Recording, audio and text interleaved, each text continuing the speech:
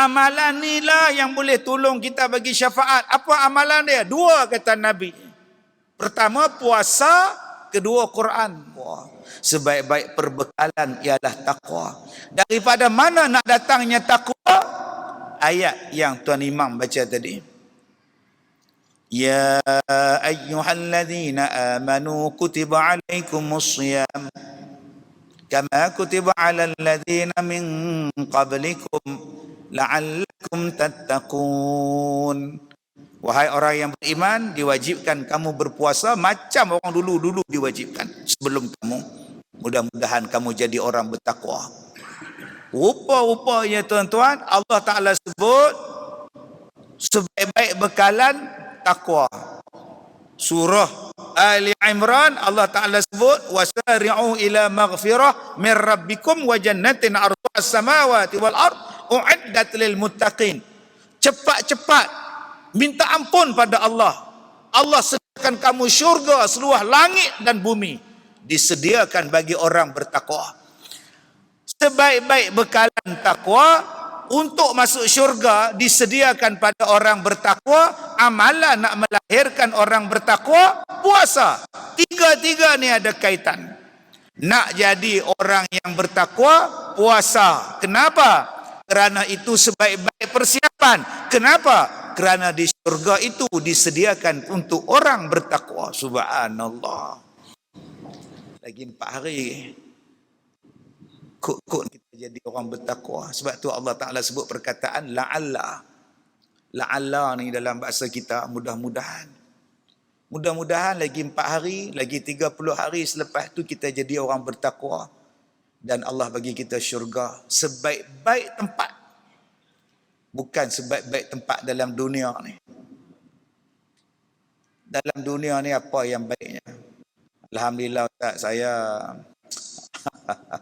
rumah saya okey lah Ustaz. Ada dekat tu high tu. Mai hujan, banjir. Tanah runtuh. Mana duduk sekarang? Tak tahulah. Mana awak duduk sekarang? Saya bila pindah kondominium. Kata tak duduk dah. Otak saya pun pening kepala. Kata duduk di mana pula? Saya pindah rumah bawah. Tak. Pun pening juga Ustaz. Kenapa? 2 hari lepas banjir. Tak. Itu pun tak habis cuci lagi Ustaz. Di mana tempat yang bagi kita selesa di dunia ni? Cuba bagi tahu. Tak ada tempat. Tak ada tempat Ustaz. Yang bagi selesa betul-betul ialah akhirat tu. Nama dia syurga. Tu target kita. Dunia bukan cita-cita kita. Apa yang ada ni kita pakai nikmat Tuhan. Tapi akhirat tu. Nun di sana cita-cita kita. Ya akhirat namanya. Akhirat namanya. Di dunia ini bukan tempat tinggal. Di sini hanya sebentar, tidak kekal sebentar. Maka kita akan menuju ke sana. Persoalan dia, cukupkah bekalan yang kita nak bawa? Sayyidina Abu Bakar sekali sedekah seluruh harta dia. Bekalan yang dia nak bawa. Sekali bersedekah seluruh harta bagi. Rasulullah tanya, apa yang kau tinggalkan pada keluarga engkau wahai Abu Bakar? Allah dan Rasulnya. Umar Al-Khattab setengah harta dia. Subhanallah. Mereka buat bekalan dengan harta. Mereka buat bekalan dengan ibadat. Ada sahabat Nabi yang berperang. Betih dia ditembak dengan anak panah. Tak boleh nak cabut sakit. Bila semayang, Allahu Akbar, semayang.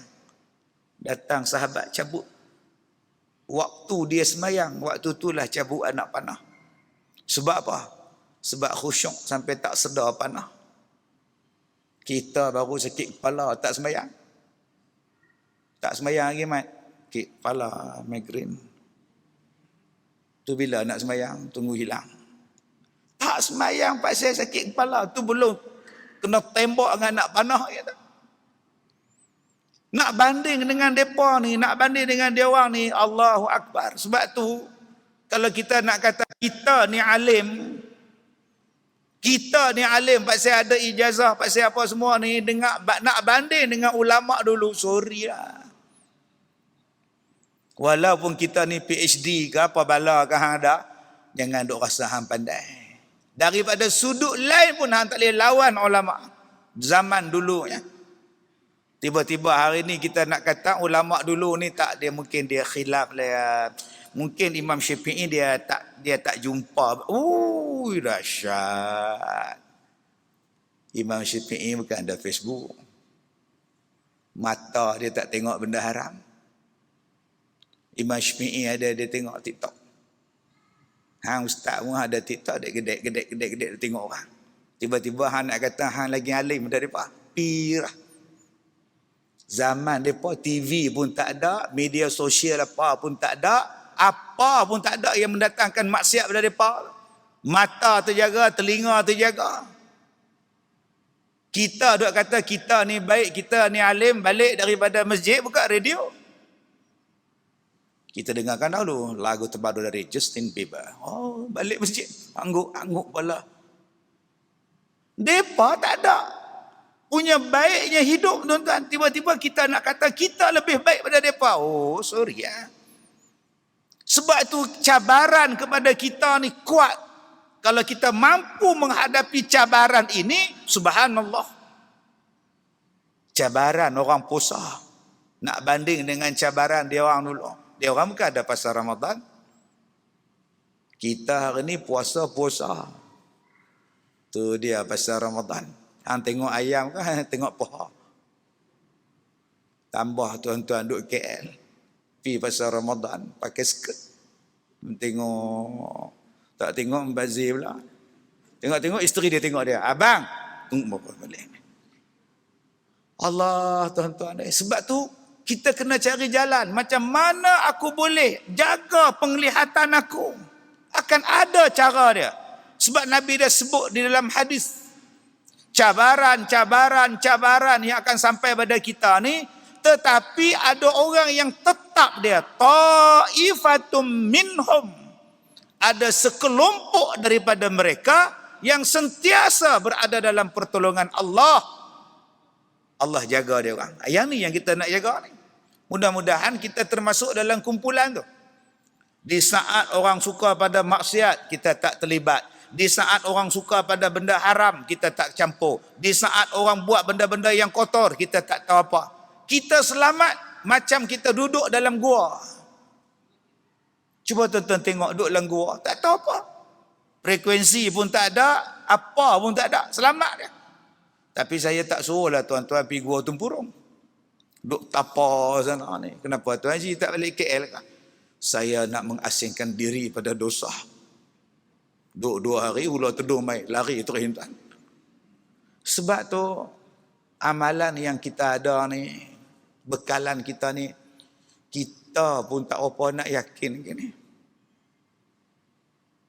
Kita pun tak apa, ya Allah, Allah terima akan sembahyang aku ni, Allah terima akan ibadat aku ni.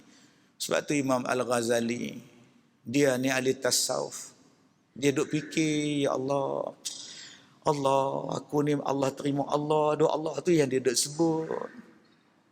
Wahai Tuhan, ku tak layak ke syurgamu,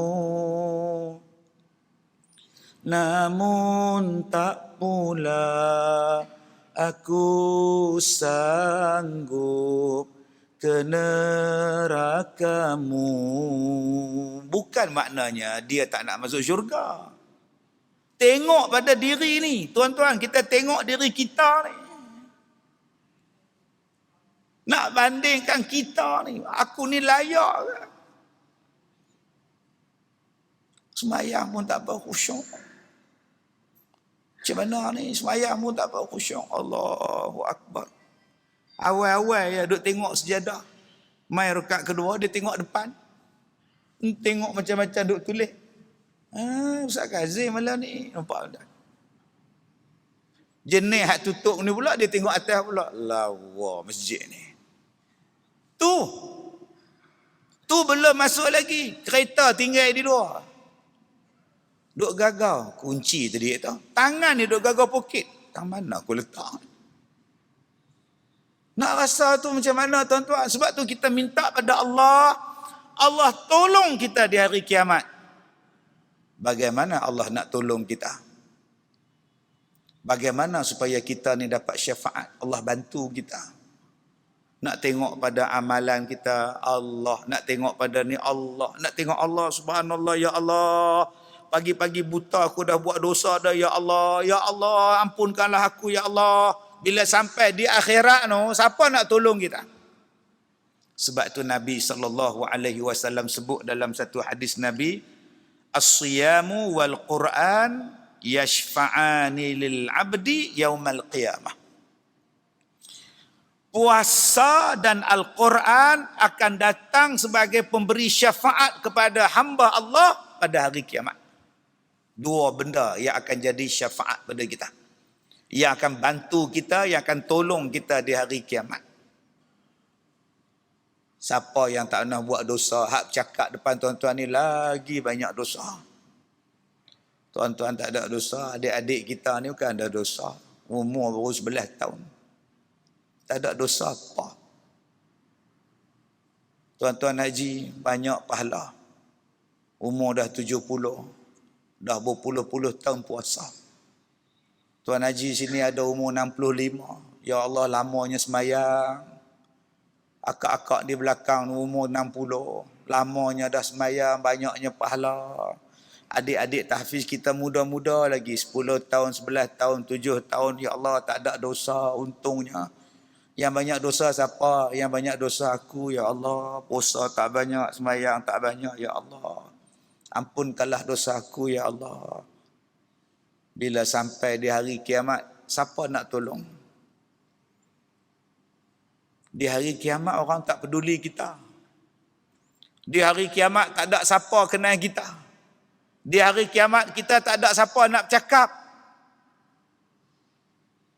Kita kalau hantar anak kita pergi belajar di luar negeri, kita kata ingat sampai di airport nanti Mak Lang kamu tunggu.